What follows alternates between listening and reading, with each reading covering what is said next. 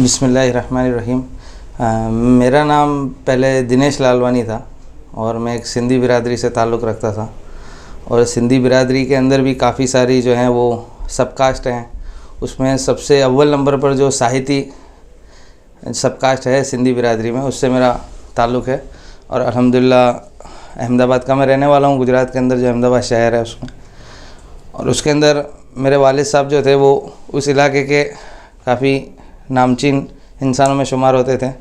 और मैं मेरे ख़ानदान में क्योंकि सबसे छोटा था तो मेरे ख़ानदान वाले काफ़ी मुझसे मोहब्बत भी करते थे माशाअल्लाह, और मैं सबका चहीता भी था। और हमारा घराना पहले से ही काफ़ी धार्मिक घराना रहा है अल्हम्दुलिल्लाह। पहले से ही जो है हमारे घर के अंदर ऊपर वाले की अकीदत और नेक कामों में शिरकत, ये सब पहले ही हमारे वालिद और वालिदा के अंदर काफ़ी तक रही है। मेरे ज़िंदगी में इस्लाम कैसे आया वो मैं आपको बताना चाहता हूँ और आपको मैसेज देना चाहता हूँ। मैं असल में एक अहमदाबाद के मशहूर एरोमा स्कूल के अंदर पढ़ता था। उसके अंदर माशाल्लाह काफ़ी मुस्लिम और हिंदू ईसाई सारे बिरादरी के बच्चे पढ़ते थे माशाल्लाह। उसके अंदर मेरे ज़्यादातर दोस्ती जो है मुसलमान लड़कों से थी और कुछ मुसलमान लड़कियों से भी मेरी मुलाकात थी। अल्हम्दुलिल्लाह मुसलमानों के साथ रह के मस्जिदों में भी जाना होता था, उनके घरों में भी जाना होता था, वो भी हमारे घर आते थे। उसके दौरान मेरी मुलाकात जो है एक मुस्लिम लड़की से होती रहती थी और काफ़ी दीन के बारे में मुझे बताती भी थी, समझाती भी थी, और बातों बातों में उसकी और मेरी मोहब्बत हो गई। लेकिन उन्होंने कभी मुझे इस्लाम कबूल करने के लिए कहा नहीं। और अल्हम्दुलिल्लाह फिर हमारा जब ताल्लुक़ बढ़ता गया, उसके घर वालों से मैंने बात की, वो भी अल्हम्दुलिल्लाह तैयार हो गए। लेकिन उसके बीच में फिर मैंने इस्लाम को पढ़ना और इस्लाम के बारे में जानना शुरू किया।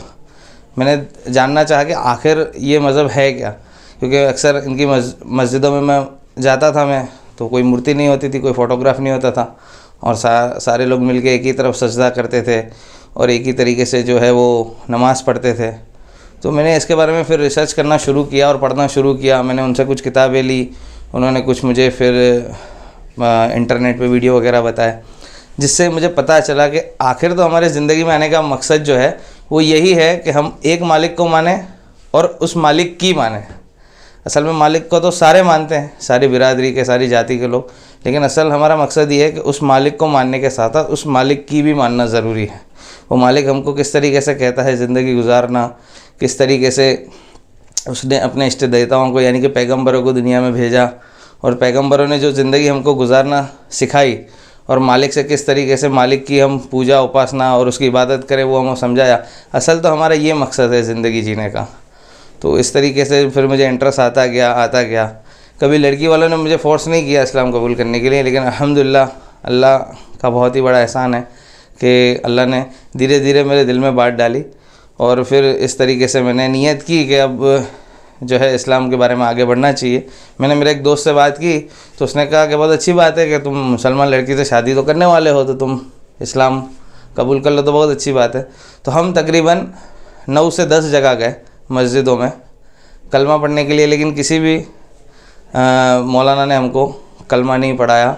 हमेशा वो किसी दूसरे का एड्रेस देता, फिर दूसरा तीसरे का देता, तीसरा चौथे का देता, और वो बेचारे डर रहे थे, सहम रहे थे। फिर आखिर में एक मुफ्ती साहब ने जो है घबराते हुए, डरते हुए मुझसे एक बहुत ही बड़ा कागज़ पे वफ़त लिखवा लिया, नीचे साइन लिखवा ली, तारीख अंगूठा लगवा लिया, सब कर लिया, और कहा कि अब मैं तुमको कलमा पढ़ा हूँ, लेकिन कहीं भी मेरा नाम मत लेना तुम कि मैंने तुम्हें कलमा पढ़ाया। फिर अल्हम्दुलिल्लाह इस तरीके से मैंने कलमा पढ़ा, फिर धीरे धीरे नमाज़ शुरू की। उस वक्त मैं मेरे दोस्त को यही कह रहा था कि यार तू तो बोल रहा था कि इस्लाम बहुत अच्छा मज़हब है और बहुत आसान है, ये तो फितरत इंसानियत पे बनाया गया है और अल्लाह की कुदरत है और अल्लाह का कानून है इस तरीके से। तो जब दीन इतना आसान है जैसा मुसलमान सब कहते हैं, तो फिर कलमा पढ़ना इतना मुश्किल क्यों है? कि कोई इंसान हमको इस्लाम के बारे में समझाने के लिए तैयार नहीं या इस्लाम में लाने के लिए तैयार नहीं है।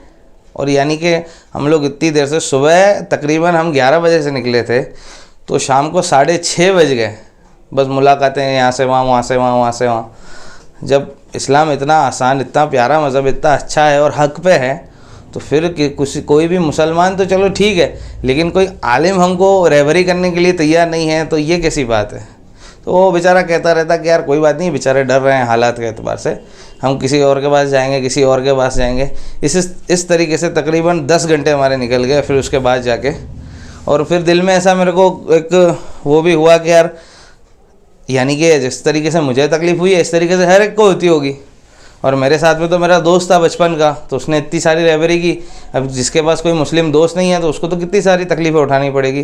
तो तब से मैंने अहद किया कि इस बारे में कुछ तहकीक करनी चाहिए, किस तरीके से जो लोग इस्लाम में इंटरेस्ट लेते हैं और जो लोग इस्लाम पसंद करते हैं और इस्लाम के बारे में जानना चाहते हैं, उनकी अच्छी तरीके से रहबरी हो पाए, आसानी के साथ और खुश दिली के साथ उनका इस्तकबाल किया जाए।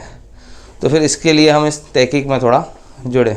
इस्लाम में आने के बाद जो है पहले तो शुरुआती दौर में नमाज वगैरह पढ़ना शुरू की छुप छुप के।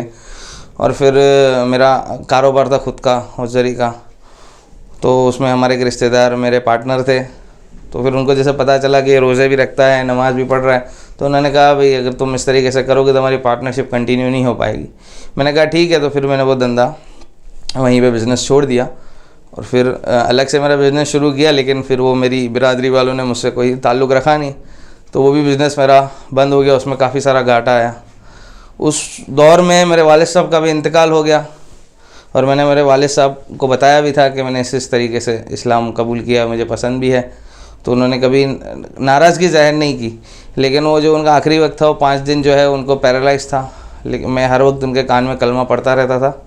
और उनका फिर जब इंतकाल हुआ तो काफ़ी अरसे के बाद मेरे दादी के ख्वाब में आए और मेरी दादी मुझे ऐसा बता रहे थे कि वो एक बहुत ही बड़ा दरवाज़ा है, उसके अंदर वो दाखिल हो रहा है, यानी मेरे वालिद साहब के बारे में, वो दाखिल हो रहा है और उसके साथ तेरे दादा भी थे। तो जान के मुझे बड़ी खुशी भी हुई। यानी मैंने मेरे वालिद साहब को कलमा पढ़ाया, मेरे दादा का तो तब इंतकाल हो गया, तब तो मैं काफ़ी छोटा था। तो उनके साथ मेरे दादा भी थे, तो बहुत खुशी भी हुई इस बात को जान के। तो उस वो दौर में काफ़ी हालात थे क्योंकि सब असबाब बंद हो चुके थे कमाने के, और वालिद साहब की अच्छी खासी इनकम थी, उनका भी इंतकाल हो गया था। तो उस दौर में फिर सब कारोबार बंद हो गया। तो फिर मैंने मज़दूरी करना सब्ज़ी मंडी में शुरू किया। फिर एक वक्त ऐसा आया कि फिर अब जो मेरे मोहल्ले में रहना भी मुश्किल हो गया था, तो उस घर को मुझे बेचना पड़ा और मैंने फिर एक मुस्लिम एरिया में घर लिया, फ्लैट लिया। और उसमें कुछ मैंने लोन लिया था कि मेरा कारोबार जैसे चलता रहेगा तो मैं लोन चुकाता रहूँगा।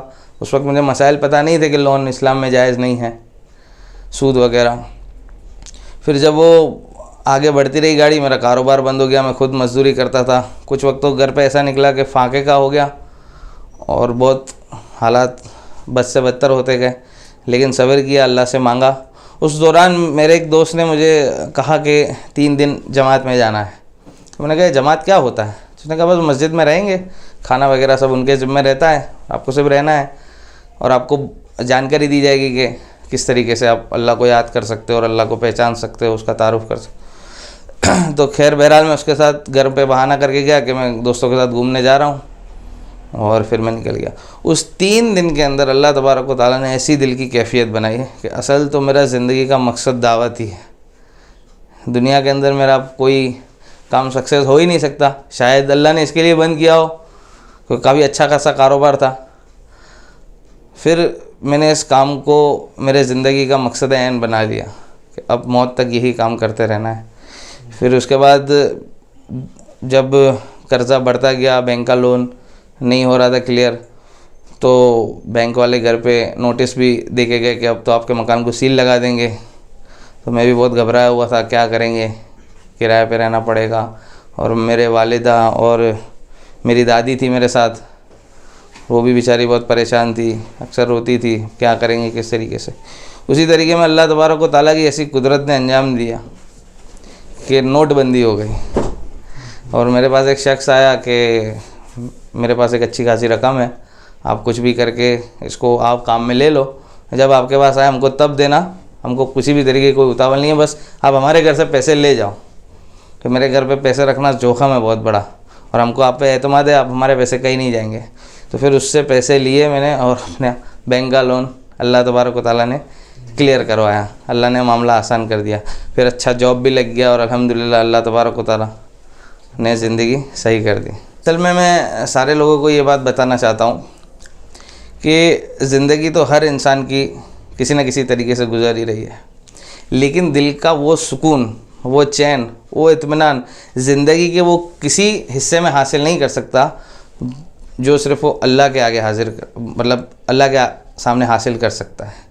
क्योंकि असल जो है हमारी रूह की ग़िज़ा तो अल्लाह की इबादत है। उस मालिक को पहचानना है जिसने सारी की सारी सृष्टि को बनाया है। अगर हम किसी कंपनी में जॉब करते हैं और उसका सिस्टम ही हमको पता नहीं हो कि हमको इस सिस्टम से जॉब करना है, अगर कोई हमें कहेगा कि आपको ये चीज़ ये केबिन में दे के आने की और हम उसके जगह दूसरी केबिन में दे के आएंगे, तो हमें नौकरी से निकाल देंगे। पहले उसका सिस्टम पूरा, जैसे कि कोई भी चीज़ हम ख़रीदते हैं तो उसका मैन्युफैक्चर साथ में आता है, उसका एक गाइड बुक आता है साथ में, और उसका इंजीनियर भी एक साथ में हमको सारी की सारी मैनुअल चीज़ें बताता है। मान लीजिए आप और मैं कोई कार खरीदने जाते हैं तो वहाँ पे उसका इंजीनियर भी बैठा होता है और उसका जो है गाइड बुक भी दिया जाता है कि आपको इस तरीके से चलानी है, रोड पे इस तरीके से, हाईवे पे चलानी है। अगर मैं उसके कहूँ कि मैं आपको आपकी कार की रकम तो अदा कर देता हूँ, फिर मैं इसको खेत में चलाऊँगा, तो कहेगा भैया अगर आप कार को खेत में चलाओगे तो हमारी गारंटी वारंटी नहीं रहेगी, हमने खेत के लिए तो ट्रैक्टर बनाया है। तो अगर हम अपनी ज़िंदगी की गाड़ी को खेत में डाल देंगे तो ऊपर वाले की तरफ से सारी की सारी गारंटी वारंटी ख़त्म हो जाएगी। और ये चीज़ तो सारे धर्मों के अंदर है कि जो मालिक है वो निराकार है, उसका कोई आकार नहीं है। अगर इंसान इस पर थोड़ा सा पढ़े, चाहे वो अपने धर्म की किताबें भी पढ़े या कुरान पढ़े या बाइबल पढ़े, और उससे फिर कंपेयर करे कुरान को, तो असल तो हमारे ज़िंदगी का मकसद यही है कि हम उस सच्चे मालिक को जाने जिसने हमको बनाया है, और उससे ही असल दिल का सुकून और चैन और इत्मीनान हासिल होगा। उसके सिवाय वो दुनिया के किसी भी, चाहे वर्ल्ड टूर कर ले, चाहे वो कितनी भी बड़ी डिग्रियां हासिल कर ले, लेकिन वो चैन सुकून इत्मीनान उसको हासिल नहीं हो पाएगा, चाहे तो तजुर्बा करके देख ले। असल में मेरे भाइयों, मैं अलकलम टीवी के माध्यम से ये आप सबको पैगाम देना चाहता हूँ कि असल में ऊपर वाले ने जो हमको दुनिया में भेजा है वो फिजूल में नहीं भेजा, एक मकसद के साथ भेजा है। जैसे कि हर एक चीज़ का एक मकसद होता है। अगर इंसान के पास घड़ी है तो उसका मकसद है कि वो टाइम बताएगी, अगर वो टाइम बताना बंद कर देगी तो इंसान उसको फेंक देगा, फिर उसकी जगह दूसरे घड़ी खरीद लेगा। तो इसी तरीके से ऊपर वाले ने जो हमको बनाया है ना, वो सिर्फ़ और सिर्फ इसके लिए बनाया है कि हम मालिक के बिछड़े हुए बंदों को मालिक से मिलाएं। इसी तरीके से अल्हम्दुलिल्लाह सारी दुनिया में दावत का काम चल रहा है। जैसे मैं गुजरात अहमदाबाद में हूँ तो वहाँ पे भी हमारे हज़रत मौलाना कलीम साहब सिद्दीकी दामत बरकातुहू की तरफ से मौलाना यामीन साहब हर महीने आते हैं और हमारी रहबरी करते हैं। तो अल्लाह के नबी सल्लल्लाहु अलैहि वसल्लम के दौर में बद से बदतरीन हालात थे। आज तक दुनिया में ऐसे कभी ना हालात आए हैं ना आएंगे, लेकिन उस दौर में अल्लाह के नबी ने मेहनत करके बताया कि असल तो हम हालात से ज़रा भी मुतासर ना हो। असल तो हमारा ज़िंदगी का जो मकसद है वो यही है कि हम दावत दें, हर हाल में दें, हर हालात में दें, तो हालात के हल उसी से ही निकलेंगे। तो मैं ये अलकलम टीवी के माध्यम से यही आपको सबको बताना चाहता हूँ कि असल तो है हमारा काम दावत, और आज हमने उसको छोड़ दिया। इसी वजह से मुसलमान जो है घबराया हुआ है, डरा हुआ है और परेशान हाल घूम रहा है कि क्या करूँ, किस तरीके से इतने हालात आए हैं, ये लोग इस तरीके से कर रहे हैं और यूँ। असल में हमारे ज़िंदगी का जो मकसद है दावत, हम सिर्फ वो शुरू कर दें तो अल्लाह ताला सारे के सारे निज़ाम को पलट देंगे। हुकूमत तो पहले भी हमारे हाथ में थी, लेकिन हमने इस काम को छोड़ा, इसके लिए अल्लाह ताला ने छीन ली। फिर हमारे हाथ में आ सकती है, लेकिन असल हमारा काम हुकूमत करने का नहीं है, असल हमारा काम मालिक से उसके बिछड़े हुए बंदों को मिलाना है।